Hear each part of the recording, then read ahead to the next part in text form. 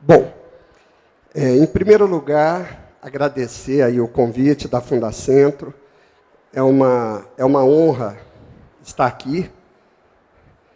E também uma alegria, porque, de certa forma, durante toda a minha carreira profissional, seja como docente, como pesquisador, como executivo, eu sempre trabalhei dentro desse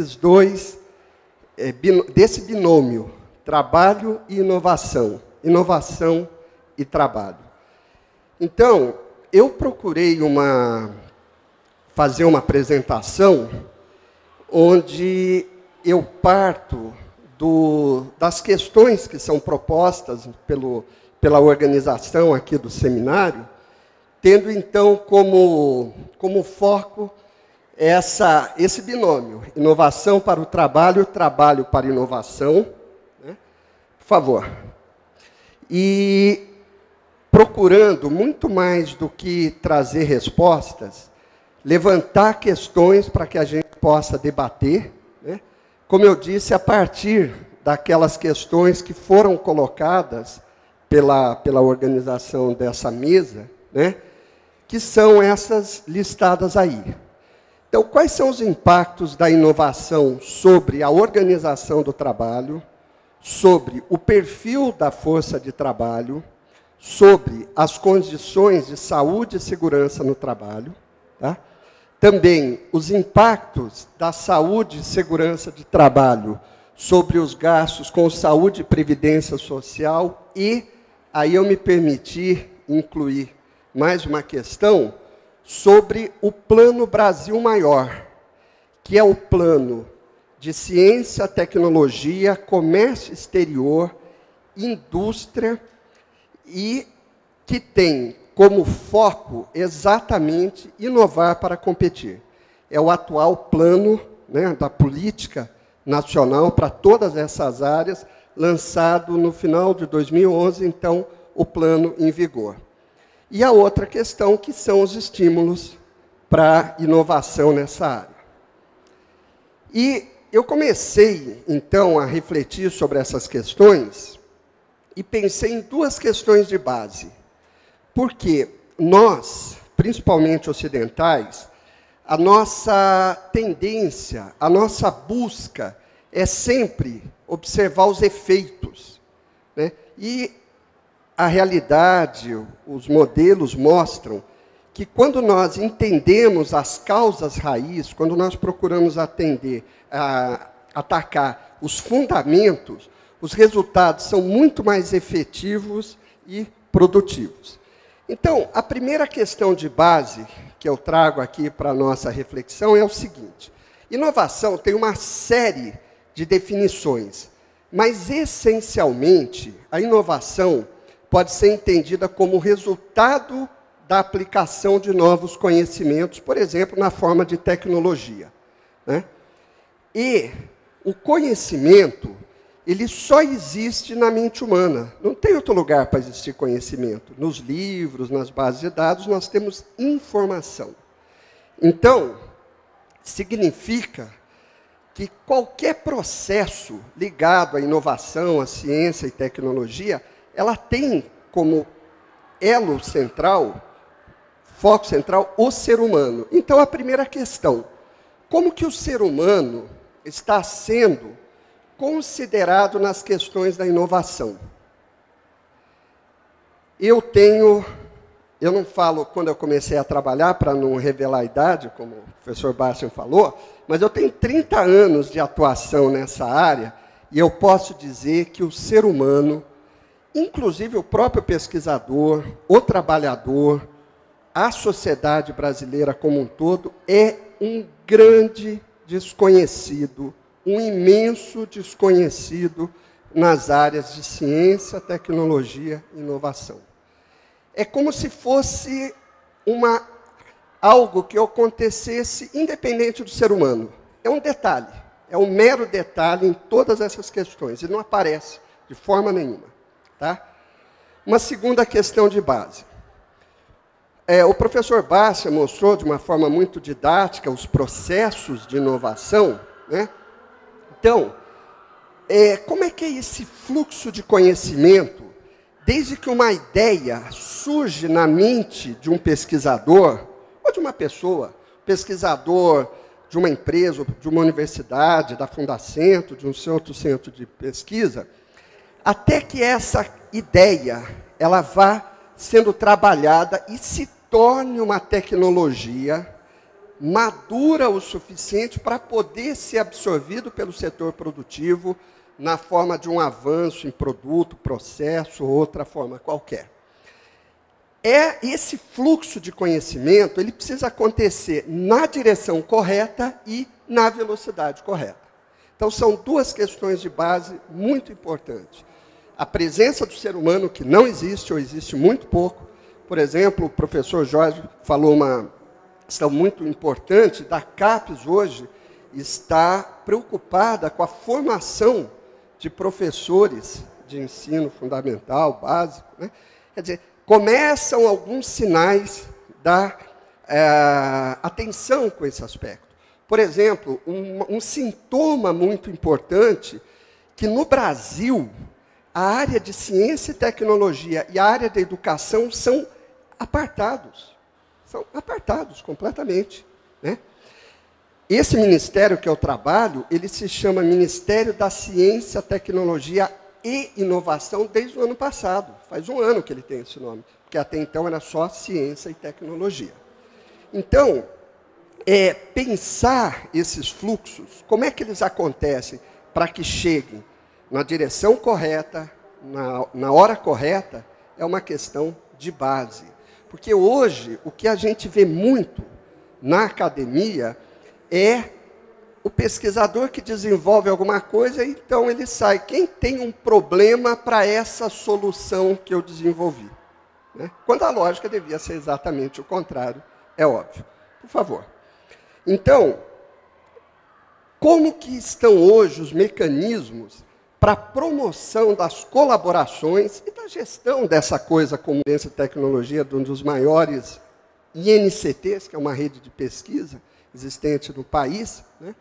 Então, o Brasil está começando essa prática, esses modelos colaborativos. E entre a universidade e a empresa, que também estamos ainda em estágios muito iniciais. Tá? Então, duas questões de base que eu trago para essa questão da inovação.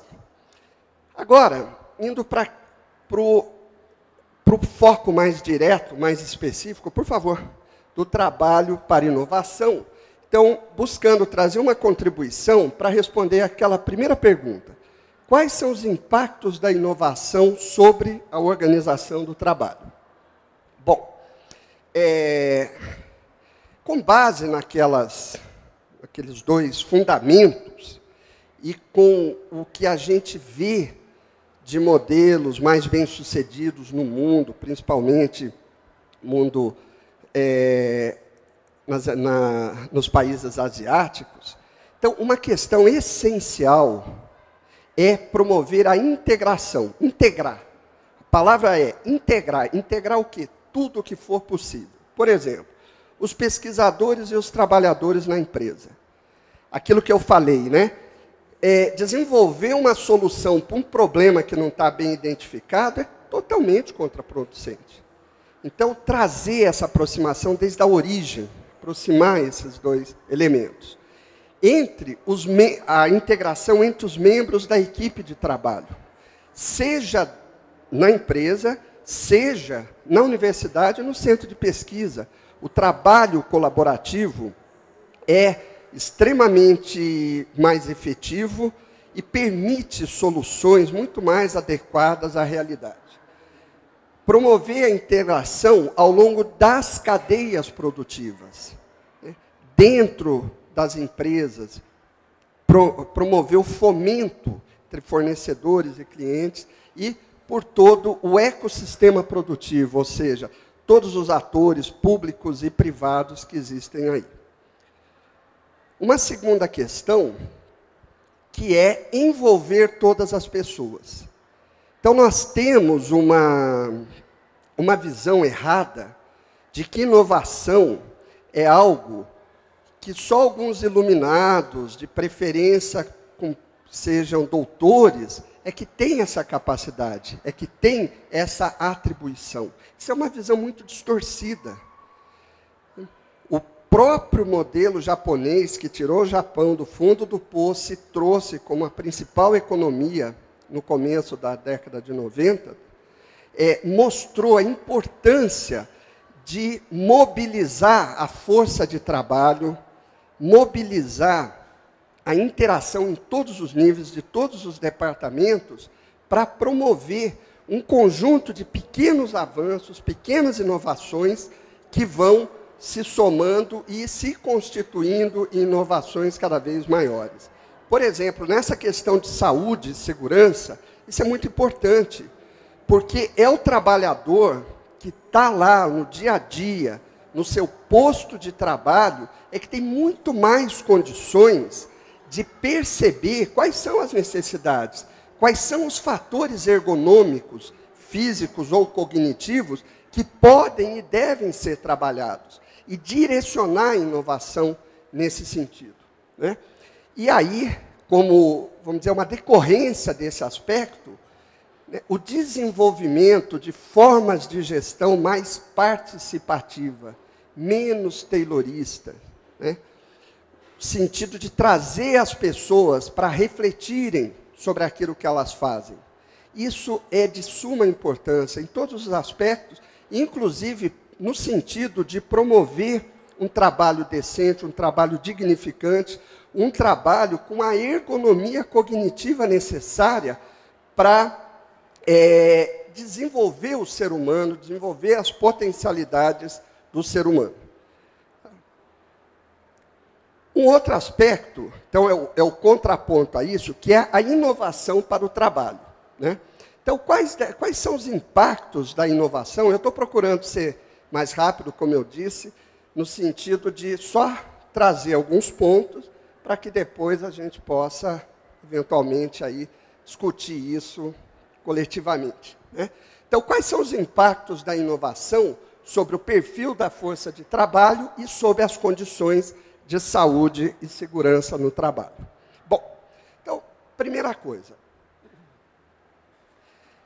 a inovação, porque, eu vou fazer um parêntese, a nossa tendência, principalmente dentro da academia, é no sentido de sofisticar conceitos, tornar os assuntos de tal forma herméticos, que a gente começa a se distanciar da essência das coisas.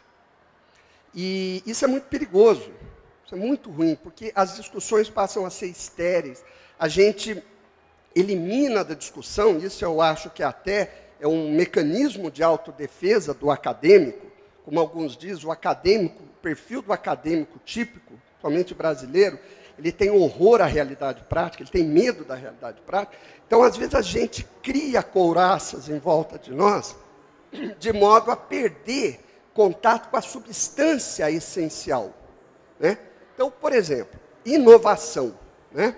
Porque se a inovação dependesse de grandes complexos acadêmicos, nós estaríamos hoje vivendo nas cavernas. Todo o processo de desenvolvimento humano é um processo da inovação. O ser humano, nós, seres humanos, vejam as crianças, nós trazemos em nós essa ânsia pelo novo, essa vontade de descobrir, essa vontade de avançar. Isso é inovação. Nós não precisamos cercar de um aparato formal que vai, por exemplo, empobrecendo esse conceito e levando a exclusão do trabalhador, por exemplo, dos processos de inovação. Porque ele não tem um doutorado, porque ele não tem uma legitimação na academia, então ele não pode participar do processo de inovação. Isso é extremamente ruim para todo mundo, para ele, para a empresa e para o país. Então, a inovação, ela depende fundamentalmente da capacidade de aprender. A inovação é uma decorrência do aprender, seja no laboratório, seja no ambiente de trabalho. E a inovação depende de um trabalho em equipe. É fundamentalmente também um trabalho em equipe. Portanto, o perfil do trabalhador afeta diretamente na capacidade de inovação. Então, nós precisamos de um trabalhador que possa aprender, em que a empresa tenha condições para que ele aprenda, mas não aprender em sala de aula somente, mas aprender a partir da reflexão sobre a sua realidade, a reflexão sobre os processos dos quais ele participa. E, nesse sentido, né, nós colocamos assim, existe uma integração, quer percebamos ou não, em todos os níveis. A realidade, a vida, ela é totalmente integrada. Então, em todos os níveis estão havendo relações de idas e vindas, que vão desde o nível do indivíduo, da firma, das empresas, até o nível do país. Então, aquilo que está acontecendo no trabalhador, com certeza está afetando todo o país nas suas dimensões sociais e econômicas. Então, por exemplo, é um tema que a gente vem trabalhando bastante, inclusive em contato com a Fundacentro, com a Comissão Tripartite, que é a questão da saúde mental e o trabalho. Por quê? Nós, seres humanos, nós temos como uma característica que nos distingue de uma forma muito forte, que é a nossa capacidade de reflexão, que é a nossa capacidade de conhecer. E tudo isso depende da nossa mente. E tudo aquilo que afeta a mente humana, afeta todos os aspectos da vida humana, obviamente, a capacidade de inovação também, capacidade de aprender, capacidade de se relacionar e, portanto, trabalhar em equipe, né? E, então, eu estou trazendo uma pesquisa, os dados de uma pesquisa publicados em fevereiro desse ano, que mostram, evidenciam que nós vivemos uma epidemia de transtornos mentais, acometendo toda a população brasileira. Essa pesquisa, que é uma pesquisa de nível mundial, se restringiu a Grande São Paulo. Estamos falando de uma população de 20 milhões de pessoas, das quais 6 milhões são acometidas de algum tipo de transtorno mental, sendo que 10%, ou seja, 2 milhões de pessoas, só na Grande São Paulo, estão afetadas por um tipo de transtorno mental grave, que a incapacitará para o trabalho, por exemplo, né? E isso está afetando, com certeza, a capacidade de inovação do país, das universidades, das empresas. E porque como é que está a qualidade do trabalho? Como é que está, por exemplo, imaginemos um diretor, um gestor de uma organização acometido, por exemplo, de uma crise de ansiedade. Como é que está a qualidade das suas decisões? Como é que ele está conduzindo todo o trabalho dentro da organização? Isso com certeza está afetando, com certeza. É uma questão só de mensurar o quanto e em que vários aspectos isso está afetando, né? E, por favor. Tá? E a contraparte disso é a importância do trabalho na saúde mental. Então, existe uma relação de mão dupla. Quer dizer, a população está adoentada, vai para dentro da empresa. O trabalho, ele tem uma função central na vida do ser humano, no mínimo, no sentido até da construção da sua própria identidade. Através do trabalho que nós desenvolvemos a nossa potencialidade como ser pensante, e também é nos espaços de trabalho hoje que ocorrem, principalmente nas grandes cidades, os seus momentos de socialização. Então, existem essas duas relações de extrema importância. A sociedade como um todo, se é que a gente pode separar, na verdade não pode, então, a sociedade como um todo, influenciando o mundo do trabalho, e o mundo do trabalho influenciando a sociedade. Isso é uma maneira de pensar, porque, na verdade, é uma coisa só. Então, é uma questão que merece toda a nossa atenção, na minha maneira de ver. Aí, enfim, aí é uma rede de relações, né, mostrando, então, que o desenho e a gestão do trabalho e os contextos em que esse trabalho é executado, ou seja, o ambiente dentro da empresa, falando de uma forma assim bem simples e direta, afetam os estados emocionais e psíquicos dos trabalhadores, que vão, então, afetar a sua saúde física, mental, promover ou diminuir os acidentes de trabalho, se essas relações forem colocadas numa direção mais positiva, e que vão determinar todos os aspectos de desempenho da empresa, inclusive a sua capacidade de inovação. Então, como fechamento, né, o que nós podemos inovar dentro desse trabalho visando a inovação? Né? Então, procurando colocar algumas questões relacionadas com as últimas perguntas que foram propostas aqui pela organização dessa mesa de debate. Então, quais são os impactos que a área de saúde, segurança e trabalho estão tendo sobre os gastos públicos, em saúde e previdência social? E eu estou acrescentando no Plano Brasil Maior, que tem a inovação como seu centro, e quais os estímulos para a inovação em saúde e segurança no trabalho. Então, antes de concluir, mostrar uma rede de relações muito simplificada, mas que eu considero que de importância para a gente refletir sobre todas essas coisas que hoje estão sendo trazidas aqui por mim e pelos que me antecederam. O que nós queremos são empresas competitivas, sustentáveis. Hoje eu trabalho mais com o conceito de sustentabilidade, que traz dentro de si o conceito de competitividade, não é isso, professor Bárcio? Que é o desempenho econômico, trazendo junto consigo o respeito à vida e o respeito ao ser humano. Então, o conceito de sustentabilidade, eu acho ele mais adequado. Mas, enfim, vamos ficar com o que é padrão dominante. E a inovação é uma das duas grandes formas que uma empresa tem para competir no mundo atual. O foco na inovação ou foco em baixa de custos, que depende de inovação também, onde assim as empresas vão buscar escalas de produção, automação e coisas do tipo, como, por exemplo, Foxconn, essas grandes multinacionais da indústria eletrônica. Mas um bom caminho para um país como o Brasil, cuja capacidade de investimento é mais reduzida, cujo parque industrial, com exceção, raras exceções, como foi mencionadas, Embraer, etc., ainda carece de muita coisa, onde a relação entre a universidade e a empresa está nos seus estágios mais iniciais possíveis, onde a maturidade dos pesquisadores para trabalhar em equipe ainda é pequena, né? Nós podemos e devemos investir realmente, acho que está correto o Plano Brasil Maior, na capacidade de inovar como centro de todo o nosso processo produtivo. E a inovação, ela é o resultado de uma aprendizagem.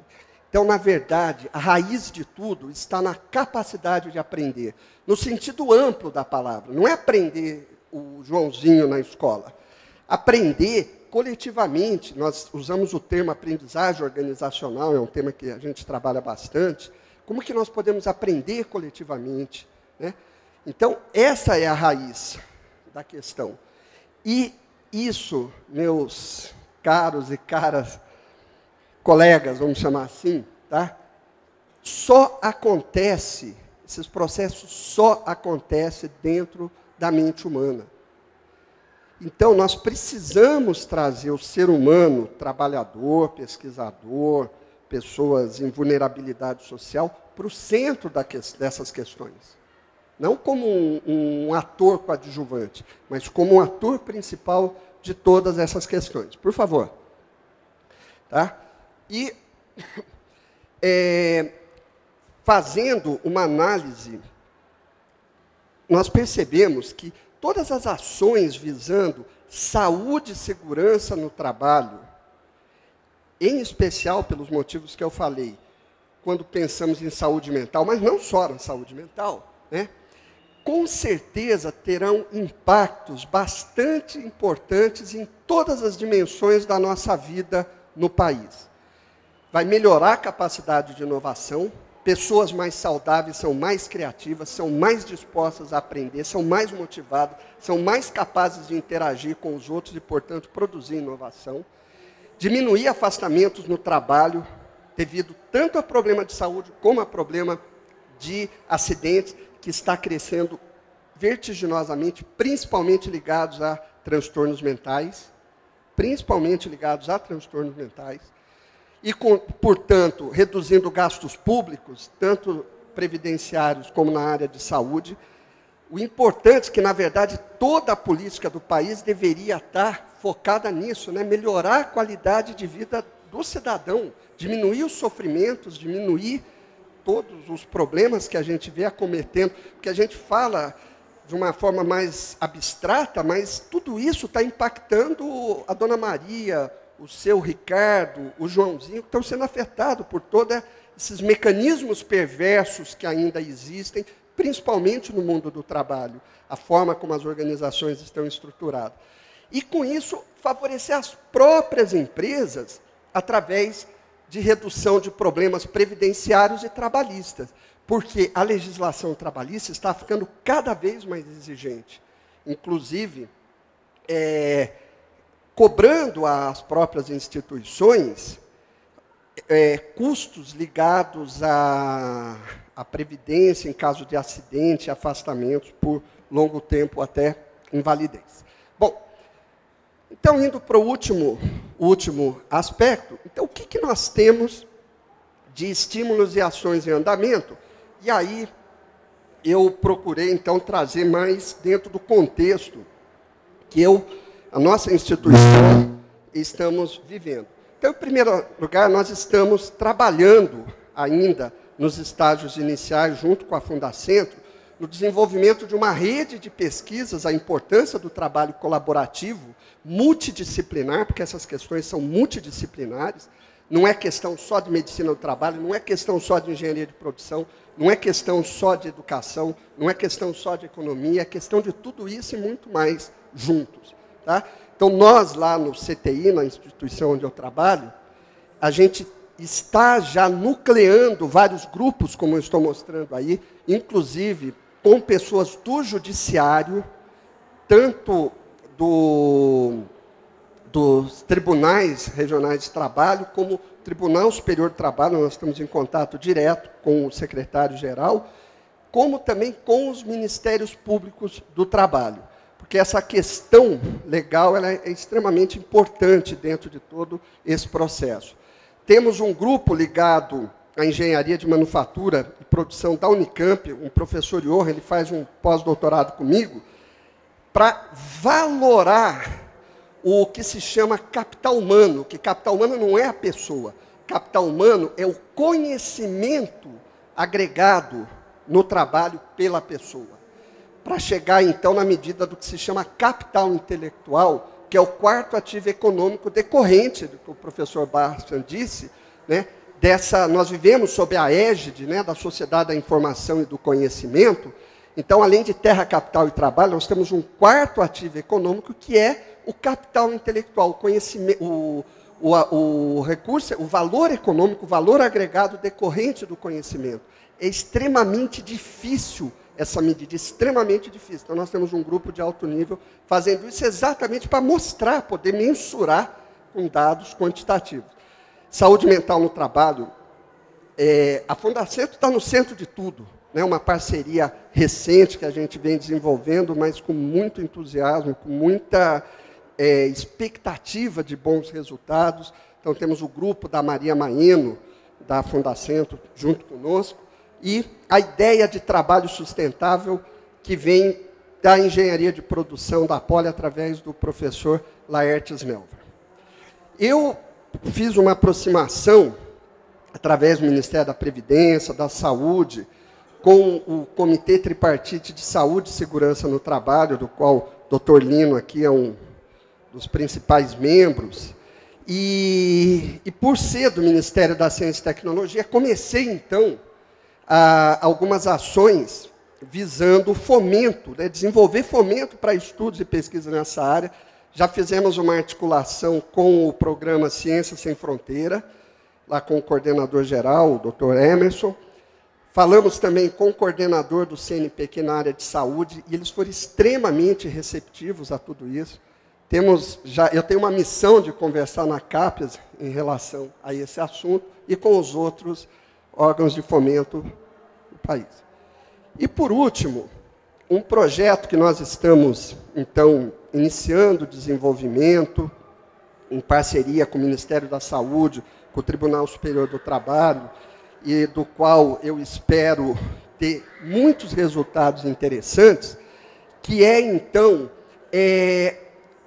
um projeto que nós estamos chamando de Organização Saudável, Desenvolvimento Sustentável, sustentabilidade entendida como equilíbrio entre questões ambientais, econômicas e sociais, a partir do trabalhador, que é o ser humano número 1 dentro das organizações. E a ideia é entrar com um conjunto de ações integradas, visando melhorar a organização de trabalho, os processos de trabalho, relações humanas e diversas outras ações feitas, implantadas por uma equipe multidisciplinar, com pessoas das várias áreas de conhecimento, né, medindo o antes e o depois, para poder, então, quantificar um pouco melhor essas relações, esses impactos. E assim, o último slide, tá? A gente tem uma convicção de que poderão, ou seja, com organizações mais saudáveis, nós realmente teremos um país mais sustentável, em todas as acepções que essa palavra sustentável tem, né? Desde o nível do indivíduo, então pessoas com mais qualidade de vida, com saúde física e mental, as organizações com ganhos significativos de desempenho, principalmente em sua capacidade de inovação, redução de passivos trabalhistas e, como decorrência, uma obtenção de melhorias em termos da saúde, da Previdência Social e do Plano Brasil Maior. Tá?